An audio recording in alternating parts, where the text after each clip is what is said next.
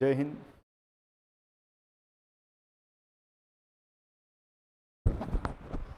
जय हिंद साथियों, आदिशंकर एकेडमी के ऑनलाइन प्लेटफॉर्म पर आप सभी का स्वागत है। जैसे कि आप जानते होंगे, पिछली कक्षाओं में हमने जो एरिथमेटिक के जो क्वेश्चन थे उनको सॉल्व किया था। उसके हमने टॉपिक वाइज जितने टॉपिक थे, इंपोर्टेंट टॉपिक थे, उनके क्वेश्चन सॉल्व किए। तो इसके बाद जो नेक्स्ट टाइप है वो हमको देखना है एडवांस मैथ। और एडवांस मैथ में किस किस टाइप से क्वेश्चन बन सकते हैं, किन किन टॉपिकों से क्वेश्चन पूछे जाने की संभावना है, ये टॉपिक्स हम मिक्स प्रैक्टिस सेट के रूप में देखने वाले हैं। तो एनटीपीसी का कट ऑफ बढ़ाने और उससे संबंधित जितने कॉन्सेप्ट है, इन सभी चीजों के लिए हम आपके सामने आज एडवांस मैथ का 1 क्लास, 2 क्लास और 3 क्लास में हम एडवांस मैथ को पूरी तरीके से समाप्त करने की कोशिश करेंगे। और उसमें जो भी उससे संबंधित कॉन्सेप्ट, फॉर्मूले, जो चीजें आएंगी उसको हम एक साथ देखेंगे। ठीक है, तो चलिए आइए शुरुआत करते हैं एडवांस मैथ। ठीक है, तो पहले हमें इससे संबंधित देखना है इसमें कितनी कितनी चीजें पूछी जा सकती हैं। तो जैसा कि आप सामने देख पा रहे होंगे कि यहां क्या लिखा है, वर्ग, आयत, वृत्त और यहाँ पे समलंब चतुर्भुज और समचतुर्भुज। ठीक है, तो ये प्रकार की जो आकृतियां हैं, इनमें परिमाप का फॉर्मूला क्या होता है, क्षेत्रफल का फॉर्मूला क्या होता है, इनमें विकर्ण क्या होता है और घन क्या होता है, घनाभ क्या होता है, इन सब चीजों की चर्चाएं हम इस कक्षा में करने वाले हैं। तो जैसा कि आपको दो मेन वर्ड हैं जो हमेशा आपको सुनने मिलते हैं, एक होता है वर्ग का परिमाप और क्षेत्रफल। मतलब दो टर्म्स जो हैं हमारे लिए आईएमपी हैं, एक होता है परिमाप और दूसरा होता है क्षेत्रफल। दूसरा क्या होता है, क्षेत्रफल। तो देखिए, परिमाप मतलब क्या होता है, जैसे मान लीजिए कोई एक आयताकार कमरा है, उसके चारों ओर बाहर साइड हम कुछ भी करवा रहे हैं। मान लो आयताकार खेत है और उसके बाहर चारों ओर हम क्या लगा रहे हैं, तार लगा रहे हैं। तो उस तार की जो लंबाई होगी, जितना तार वहां यूज होगा, वो क्या कहलाएगा, उसका परिमाप। मान लो अंदर हम कुछ करवा रहे हैं, टाइल्स लगवा रहे हैं या कुछ भी चीज लगवा रहे हैं, तो वो क्या कहलाएगा, उसका क्षेत्रफल। ये कहलाता है उसमें मेजर डिफरेंस। जैसे एग्जाम्पल के माध्यम से ये मान लो ये है आयत हमारे पास। आयत की जो लंबाई और चौड़ाई होती है वो कैसी होती है, अलग अलग। मतलब कहने का कि अगर लंबाई a है तो चौड़ाई हो गई b। अब a के सामने की भुजा a और b के सामने की भुजा ये होता है। अब यदि हम इस बिंदु से चलना स्टार्ट करते हैं, इस बिंदु से चलना स्टार्ट करते हैं और पूरा चारों तरफ घूम के वापस इसी बिंदु पर आते हैं, तो ये हमारा क्या कहलाएगा, परिमाप। तो यदि हम इसके परिमाप की बात करें तो a plus b plus a plus b। तो देखो 2 बार आ गया a तो कॉमन ले लिए 2, और यहां पे 2 बार b था तो b को कॉमन ले लिए, तो 2a प्लस b। इसी चीज को हम फॉर्मूले में क्या लिख देते हैं, आयत का परिमाप बराबर 2 गुणे लंबाई धन चौड़ाई। आया समझ में। यदि इसी चीज को हम वर्ग बोल दें तो वर्ग की क्या है, जो प्रत्येक भुजा है वो हमेशा कैसी होती है, इक्वल होती है। जैसे यदि इसकी ये भुजा a है तो ये चारों भुजाएं क्या हो जाएंगी, a। मतलब यहां से यहां तक चलने में हमें 4 बार a का सामना करना पड़ेगा। मतलब इसका जो परिमाप है क्या आ जाएगा, 4a। ठीक है, तो इसका परिमाप क्या आ जाएगा, 4a। यह आ गया वर्ग का परिमाप 4a। ठीक है, इसी तरीके से हम क्षेत्रफल देख सकते हैं। वर्ग का क्षेत्रफल होता है भुजा गुणे भुजा, आयत का क्षेत्रफल होता है लंबाई गुणे चौड़ाई। अब एक और चीज आती है यहां पे, विकर्ण। ठीक है, जैसे ये आयत है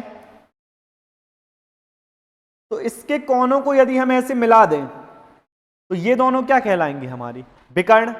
ठीक है, तो यदि ये इसकी लंबाई a है, चौड़ाई है b, तो ये सामने वाली भुजा a और ये क्या हो जाएगी, b। और हमें क्या निकालना है, इसका विकर्ण। ये निकाल दो या फिर ये निकाल दो। ठीक है, मान लीजिए ये विकर्ण हम निकाल रहे हैं, तो ये जो एंगल है ये कितने का हो जाएगा, 90 डिग्री का। और ऐसा त्रिभुज जिसका एक कोण 90 अंश का हो वो क्या कहलाता है, समकोण। और हर समकोण त्रिभुज में क्या लगती है, पाइथागोरस प्रमेय। तो यहां जब हम पाइथागोरस प्रमेय लगाएंगे ये, तो विकर्ण को यदि हम मान लें L, तो यहां से क्या हो जाएगा, कर्ण का वर्ग मतलब ये विकर्ण का वर्ग, लंब का वर्ग धन आधार का वर्ग, ये हो जाएगा। और यहां से जब स्क्वायर हटाओगे तो इस साइड क्या लग जाएगा, रूट। तो देखो उसी चीज को लिख दिया है, रूट लंबाई का स्क्वायर प्लस चौड़ाई का स्क्वायर। अब ऐसे ही आ जाओ कौन सा, वर्ग का विकर्ण। तो वर्ग के विकर्ण में ये दोनों भुजाएं कैसी होती, बराबर। ये भुजा ए है तो ये भी हो जाएगी ए। तो जब दोनों को जोड़ोगे तो ये क्या हो जाएगा, ए स्क्वायर प्लस ए स्क्वायर, मतलब हो जाएगा 2a स्क्वायर, अंदर लगेगा रूट। स्क्वायर से ये कट जाएगा तो यहां बचेगा √2 और यहां क्या बच जाएगा, ए। मतलब √2a, a√2, ये क्या कहलाएगा, वर्ग का विकर्ण। आया समझ में। और भी इसके फॉर्मूले, जैसे वृत्त पे आ जाओ, वृत्त का क्षेत्रफल होता है πr², वृत्त का व्यास होता है 2r, वृत्त की परिधि 2πr, और वृत्त की परिधि को क्या लिख दिया, πd। d का मतलब होता है व्यास। जैसे यहां 2r इसकी क्या हो जाएगी, व्यास होता है, त्रिज्या का दुगना व्यास, तो वही 2r के स्थान पर क्या कर दिया, d, और ये हो गया हमारा पाई। ठीक है। ऐसे ही आ जाओ अर्धवृत्त की परिधि। तो अर्धवृत्त की जो परिधि होती है इसमें हमेशा कंफ्यूजन होता है, और आज की क्लास के बाद इसमें आपको कभी भी कंफ्यूजन नहीं होगा। देखिए कैसे, जैसे ये है आधा वृत्त, ये है, यहां केंद्र होता है, केंद्र से यहां तक की दूरी क्या कहलाएगी, त्रिज्या, और ये भी क्या कहलाएगी, त्रिज्या। तो यहां पे एक चीज ध्यान देने वाली है कि हमने देखा कि वृत्त की परिधि होती है 2πr, तो अर्धवृत्त की क्या हो जाएगी, इसकी आधी, मतलब क्या हो जाएगा, पाई, आधी हो जाएगी। लेकिन इसकी परिधि πr ना होके साथ में क्या दिया है, 2r। ये कहां से आता है, ये इंपॉर्टेंट होता है। तो हमने क्या बताया कि जो परिधि या जो परिमाप होता है ये हमारी बाहरी दीवारों की जो कुल दूरी होती है वो कहलाती है। तो हमने जब अर्ध परिमाप लिया तो हम ये तो काउंट कर चुके, लेकिन क्या हमने ये काउंट किया, ये काउंट भी करेंगे, r + r बराबर क्या हो जाएगा, 2r। यहां से आता है। एग्जाम में क्या रहता है कि जब अर्धवृत्त की परिधि पूछता है तो हम 2πr की जगह πr लगा के आ जाते हैं, और वहां आंसर क्या हो जाता है, गलत। साथ में क्या आना चाहिए, 2r। आई बात समझ में। अब देखो आगे, ये हो जाएगा πr²/2, ये समलंब चतुर्भुज का क्षेत्रफल हो जाएगा 1/2 समांतर भुजाओं का योग इंटू ऊंचाई, ऐसे 1/2 a + b इंटू हाइट। ठीक है, ये परिमाप हो जाएगा। परिमाप का एक भी फॉर्मूला याद मत रखो, बस बाहरी भुजाओं का क्या कर दो, योग कर दो, जितनी भुजाएं थी सबका योग कर दो। ठीक है। ऐसे ही समचतुर्भुज, सम मतलब क्या है, जिसकी भुजाएं कैसी हों, इक्वल हों। ये उसका क्षेत्रफल आधार इंटू ऊंचाई। अगर विकर्ण दिए हैं तो पहला विकर्ण इंटू दूसरा विकर्ण, और इसका परिमाप क्या हो जाएगा, 4a। ठीक है। देखो और फॉर्मूले, ये 3D के फॉर्मूले हैं। तो सबसे पहले क्या दिया है, घनाभ और घन, तो इनमें अंतर पता होना चाहिए। तो जो घन है इसकी सभी भुजाएं कैसी होती हैं,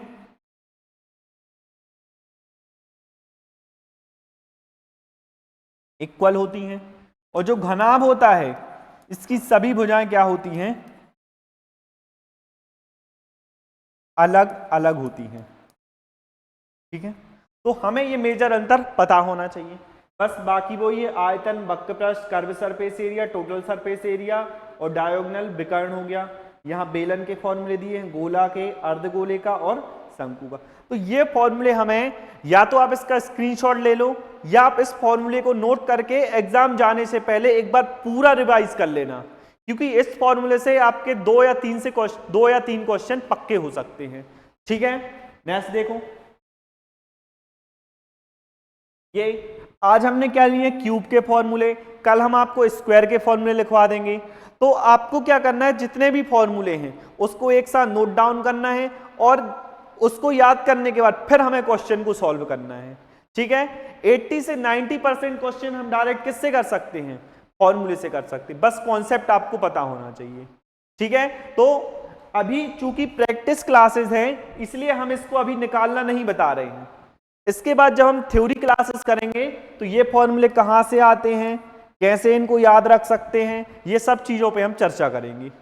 ठीक है, चलिए आगे देखिए। आज का पहला क्वेश्चन ये है, ये किससे संबंधित है, त्रिभुज से। तो जैसे ही क्वेश्चन में हमने पहला शब्द देखा समकोण त्रिभुज, समकोण त्रिभुज, तो हमारे डायरेक्ट एक माइंड में क्लिक करना चाहिए, जो समकोण त्रिभुज है इसका एक कोण कितने का होता है, 90 का। और जो भी समकोण त्रिभुज होता है उसमें जो पाइथागोरस प्रमेय हमेशा सेटिस्फाई रहती है, मतलब इसमें हम पाइथागोरस प्रमेय लगा सकते हैं, वो होती है कर्ण का वर्ग बराबर लंब का वर्ग धन आधार का होता है। कर्ण मतलब होता है सबसे लंबी भुजा, तो इसमें बोला है कर्ण की लंबाई 13 है, अन्य दो भुजाओं में से एक 5 है, तो हमें सबसे पहले ये भुजा निकालनी है। ठीक है, इसके बाद हमको क्या निकालना है, त्रिभुज का क्षेत्रफल।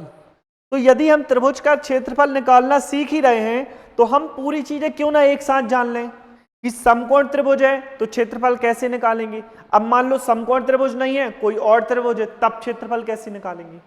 तो हमें दोनों चीजें क्या होनी चाहिए पता। देखो कैसे, ये है समकोण त्रिभुज। जब क्षेत्रफल निकालने जाएंगे तो इसका क्षेत्रफल होता है 1/2 गुणे बेस मतलब आधार इंटू ऊंचाई मतलब क्या, हाइट।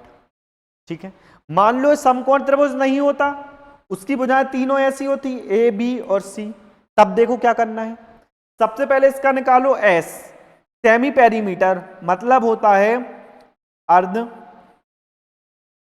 परिमाप। क्या होता है, अर्ध परिमाप।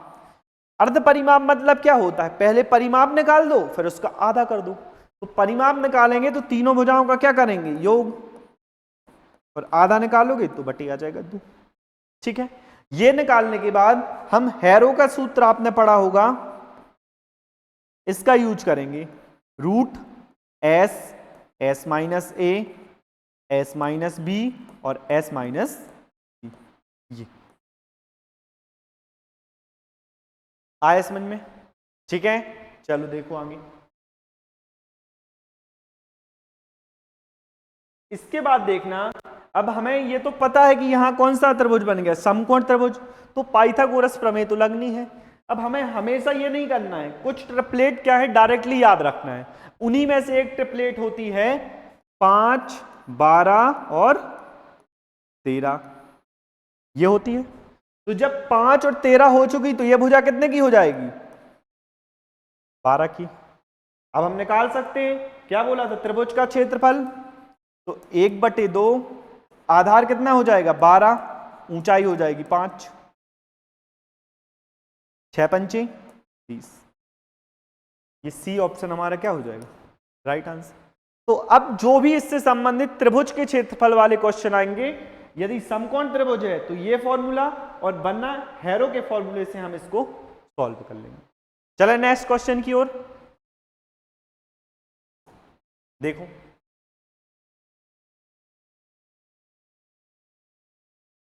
यहां पे क्या है, 25√3। उसने बोला समबाहु त्रिभुज का क्षेत्रफल इतना है। समबाहु मतलब क्या होता है, जिसकी सभी भुजाएं कैसी हों, बराबर हों। तो समबाहु त्रिभुज के जो क्षेत्रफल का फॉर्मूला होता है √3/4 a²। ए क्या है, भुजा, इसकी वैल्यू हमको दी है 25√3। बस फॉर्मूला पता है तो डायरेक्ट सॉल्व कर सकते हो। √3 से √3 कट जाएगा, a² बराबर 25 चौके 100, और 100 का रूट लोगे तो कितना आ जाएगा, 10 सेंटीमीटर। क्या पूछा था, भुजा। सी ऑप्शन हमारा क्या हो जाएगा, राइट आंसर। आए समझ में। नेक्स्ट देखो,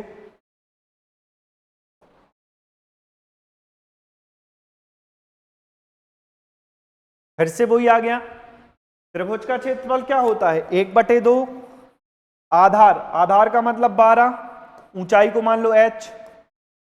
तो क्या बोला है, त्रिभुज का जो क्षेत्रफल है 12 सेंटीमीटर भुजा वाले वर्ग के क्षेत्रफल के बराबर है। तो हम अभी देख चुके हैं वर्ग का क्षेत्रफल क्या होता है, भुजा गुणे भुजा। मतलब इसका क्षेत्रफल निकालो और वर्ग का निकालो, दोनों को क्या कर सकते हो, इक्वल, बस इक्वल कर दो। 12 इंटू 12 हो जाएगा, ये 12 से कट जाएगा, 2 का यहाँ तिर्यक गुणा करोगे तो हाइट कितनी आ जाएगी 24। कौन सा ऑप्शन, डी ऑप्शन हमारा राइट आंसर। आया समझ में। तो फॉर्मूले और कॉन्सेप्ट पता है आपको, कहीं भी दिक्कत नहीं जाएगी। नेक्स्ट देखो,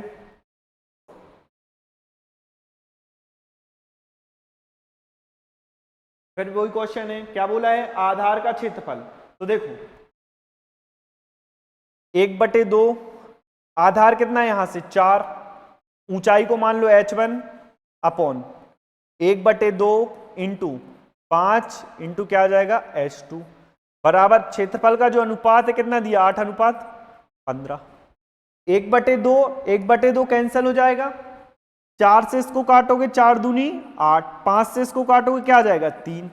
मतलब दोनों की जो हाइट का रेशो है वो क्या आ जाएगा 2:3। ए ऑप्शन हमारा क्या हो जाएगा राइट आंसर। ठीक है, देखो नेक्स्ट,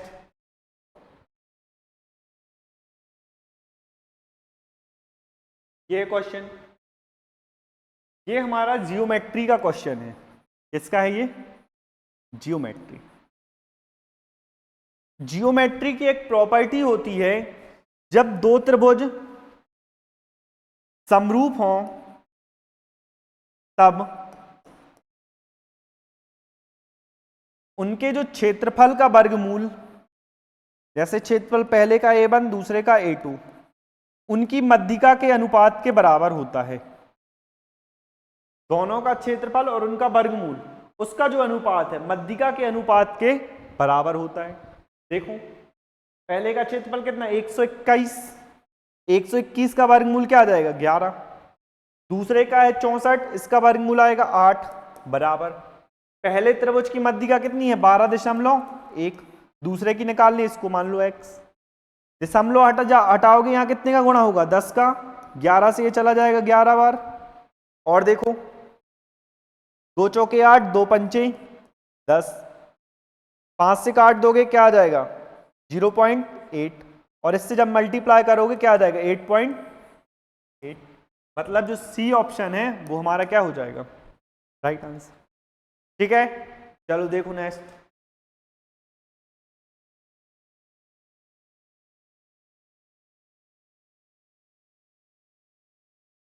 ये क्वेश्चन है, ये किस टॉपिक का क्वेश्चन है, ये ट्रिग्नोमेट्री का क्वेश्चन है। देखो इसको कैसे करें, जब भी ट्रिग्नोमेट्री का क्वेश्चन आए और हमें समझ में नहीं आ रहा वहां क्या करना है, तो जितना उसको हम तोड़ सकते हैं उतना हम तोड़ देंगे, फिर आगे अपन देखते जाएंगे, रास्ता मिलते जाएगा कैसे सॉल्व करना है। जैसे ये होता है कॉट थीटा, और कॉट थीटा का मान क्या होता है, कॉट थीटा का जो मान होता है वो होता है कॉस थीटा बटे साइन थीटा, माइनस क्या आ जाएगा 1/1 माइनस टेन थीटा का मान क्या होता है साइन थीटा बटे कॉस थीटा। अब यहां देखो ब्रैकेट में,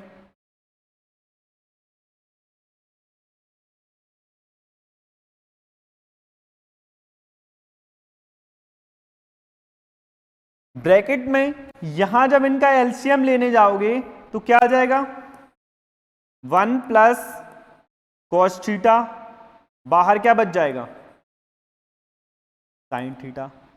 जब इसको इससे डिवाइड करोगे तो क्या बचेगा साइन थीटा, और यहां भी साइन थीटा है तो ये हो जाएगा साइन स्क्वायर थीटा, प्लस यहां जब करोगे साइन थीटा कट जाएगा, क्या बचेगा 1 प्लस कॉस थीटा, और ये 1 प्लस कॉस थीटा, तो यहां क्या आ जाएगा 1 प्लस कॉस थीटा का होल स्क्वायर, ये आ जाएगा। इसको सॉल्व करना है हमें, देखो कैसे करेंगे। यहां एलसीएम लोगे तो क्या आ जाएगा साइन थीटा, यहां आ जाएगा cos theta minus sine theta. नीचे देखो यहां एलसीएम लोगे कॉस थीटा, यहां आ जाएगा cos theta minus sine theta. यहां जब सॉल्व करोगे साइन स्क्वायर थीटा, यहां किस चीज का फॉर्मूला लगेगा, ए प्लस बी का होल स्क्वायर। वो क्या होता है, A square plus 2ab plus B square. तो ए स्क्वायर मतलब 1 का स्क्वायर 1 प्लस बी स्क्वायर मतलब cos square theta plus 2 into cos theta, बटे में क्या आ जाएगा साइन थीटा, अंदर क्या बचेगा 1 प्लस कॉस थीटा।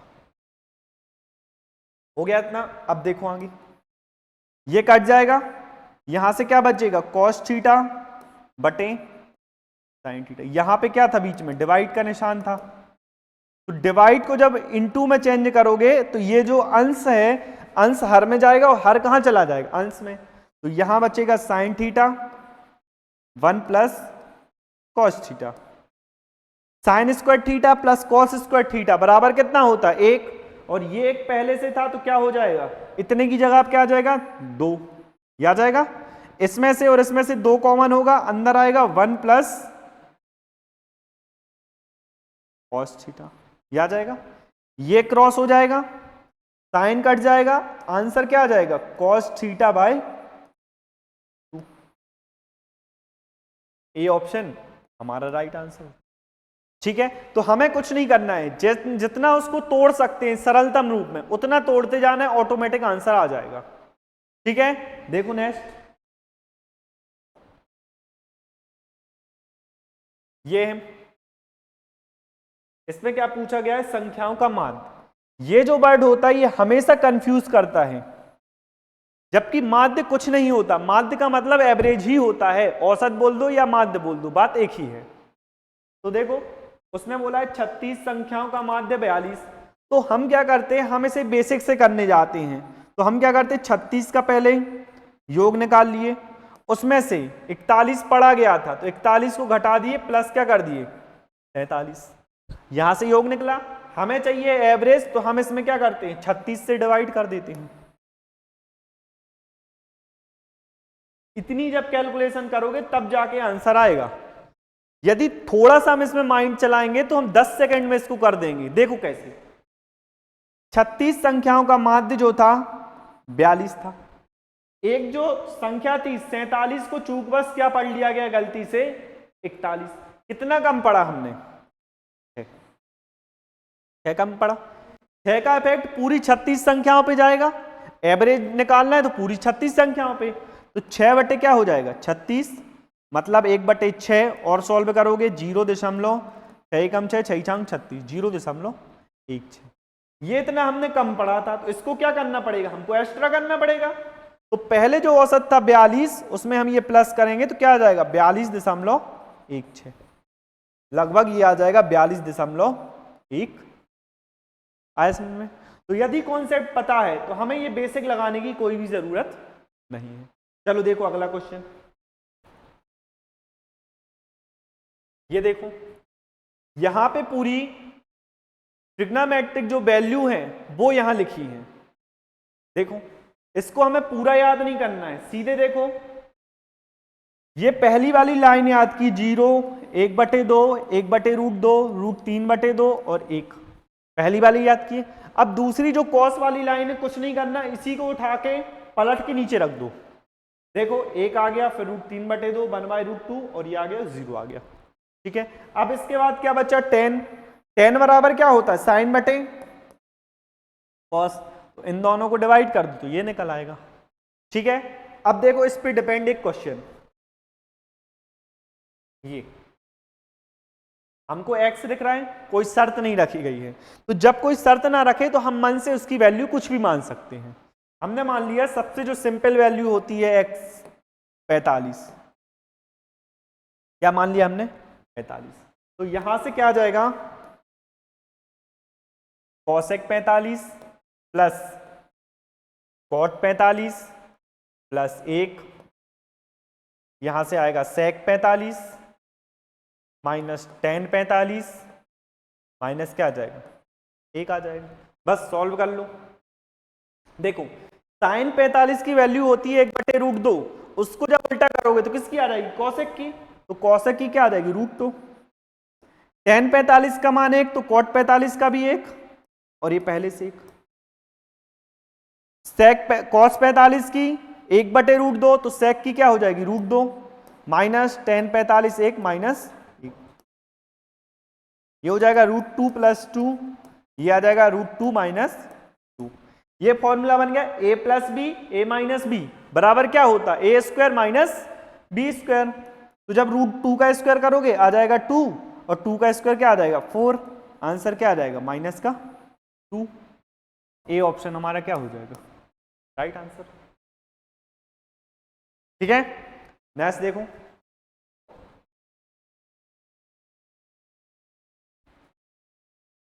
ये देखो सबसे सिंपल क्वेश्चन है, वर्ग का क्षेत्रफल क्या होता है भुजा का स्क्वायर। तो भुजा का स्क्वायर क्या दिया है 289, तो भुजा क्या आ जाएगी यहां से रूट लगेगा 289 किसका स्क्वायर है 17 का, तो ये आ गया 17 और विकर्ण पूछा है तो a√2 होता है मतलब 17√2। सी ऑप्शन हमारा राइट आंसर। ठीक है, नेक्स्ट देखो, ये क्वेश्चन ये एक वर्ग में पूछा जाता है और एक पूछा जाता है आयत में। वो हमेशा कहेगा कि आयत के बाहर इतनी चौड़ी सड़क बनाई गई है और सड़क का हमें क्षेत्रफल बताना है। ऐसे ही वर्ग में पूछता है कभी इस चीज आकृति को कहां बनाता है आयत के अंदर या वर्ग के अंदर। तो हमें दोनों तरीके आने चाहिए कि वर्ग में कैसे निकालेंगे और आयत में कैसे निकालेंगे। और एक क्वेश्चन इसका हमेशा फिक्स रहता है, किसी ना किसी शिफ्ट में एक क्वेश्चन जो चारों तरफ सड़कें होती हैं या बाड़ लगाते हैं अपन, ये सब वाले क्वेश्चन हमेशा आते हैं। ठीक है, तो देखो एक वर्गाकार पार्क की भुजा कितनी है 18 मीटर। पहले हम इसको बेसिक देखेंगे, इसके बाद देखेंगे डायरेक्ट कैसे कर सकते हैं। तो 18 एक भुजा की लंबाई है, तो चारों भुजाएं कितने कितने की हो गई 18 की। इसके चारों ओर 3 मीटर चौड़ी सड़क बनाई गई है, मतलब जो सड़क है कितने मीटर चौड़ी है 3 मीटर। मिला दो इसको, ये हमने चारों तरफ क्या बनाई इसके सड़क बनाई। तो उसने पूछा है सड़क का क्षेत्रफल, मतलब ये जो बाहरी एरिया है इसका उसने क्या पूछा है क्षेत्रफल पूछा, ये क्षेत्रफल पूछा। तो क्वेश्चन समझ में आया क्या दिया है। अब देखो करना कैसे है। एक तरीका तो ये है पूरा निकाल दो, उसमें से जो अंदर ये आकृति बनी है, ये जो पूरी आकृति है ये है, तो हम पहले पूरी आकृति का क्षेत्रफल निकाल दें, उसके बाद ये जो अंदर की आकृति है इसको घटा देंगे तो क्या बच जाएगा बाहर का। तो देखो सबसे पहले निकालो यहां से बड़े आयत का क्षेत्रफल माइनस छोटे आयत का क्षेत्रफल। तो देखो ये भुजा थी हमारी कितनी 18 थी, 3 यहां बढ़ा 3 यहां बढ़ा, तो बड़े वाले आयत की जो लंबाई है वो कितनी हो जाएगी 24। 18 3 21 और 3 24। चौड़ाई देखो 18 ये थी, 3 यहां बढ़ी 3 यहां बढ़ी, मतलब क्या हो जाएगा 24। तो इसका क्षेत्रफल क्या हो जाएगा 576। यही होता है लंबाई गुणे चौड़ाई, तो 24 का स्क्वायर क्या हो गया 576 माइनस छोटे आयत का देखो ये भुजा थी 18 और ये भुजा थी 18, तो 18 इंटू 18 तो ये कितना हो जाएगा 324। 6 में से 4 गया 2, 7 में से 2 गया 5 और 5 में से 3 गया 2, कितना आ जाएगा 252। अब हमें ये देखना है कि हम डायरेक्टली कैसे कर सकते हैं। देखो यदि हम यहां से लेके यहां तक का क्षेत्रफल निकाल दें, ठीक है, उसका जब दोगुना करोगे तो यहां से लेके यहां तक का क्षेत्रफल भी निकल आएगा। ये दोनों कंप्लीट हो गए, अब ये पार्ट बचा, तो हमने ये पार्ट का निकाल के इसको डबल कर देंगे तो ये आ जाएगा। देखो कैसे, यहां का जब निकालेंगे तो 18 3 21 और 3 कितना हो जाएगा 24 और चौड़ाई कितनी 3, तो 24 नहीं 72। इसका दोगुना कर दो तो ये कितना हो जाएगा 144। मतलब यहां का निकाल चुके हम और यहां का निकाल चुके। अब इतनी चीजें बची हमारे पास, तो इसकी लंबाई कितनी है 18 और चौड़ाई कितनी है 3, तो 18 इंटू 3, तो ये हो जाए कितना 54, और यहां जितना है उतना यहां भी है, तो इसका कर दो दुगना, कितना हो जाएगा 108, इसमें प्लस कर दो 108, कितना हो जाएगा 252। तो आपकी मर्जी, आप इस तरीके से भी कर सकते हो और ऐसे डायरेक्टली भी कर सकते हो। ठीक है, देखो नेक्स्ट,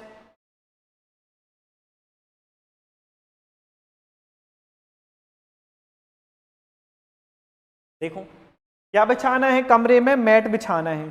तो हमने बताया था जब भी टाइल्स लगाना हो, मैट बिछाना हो, तो हम क्या लगाएंगे, क्षेत्रफल।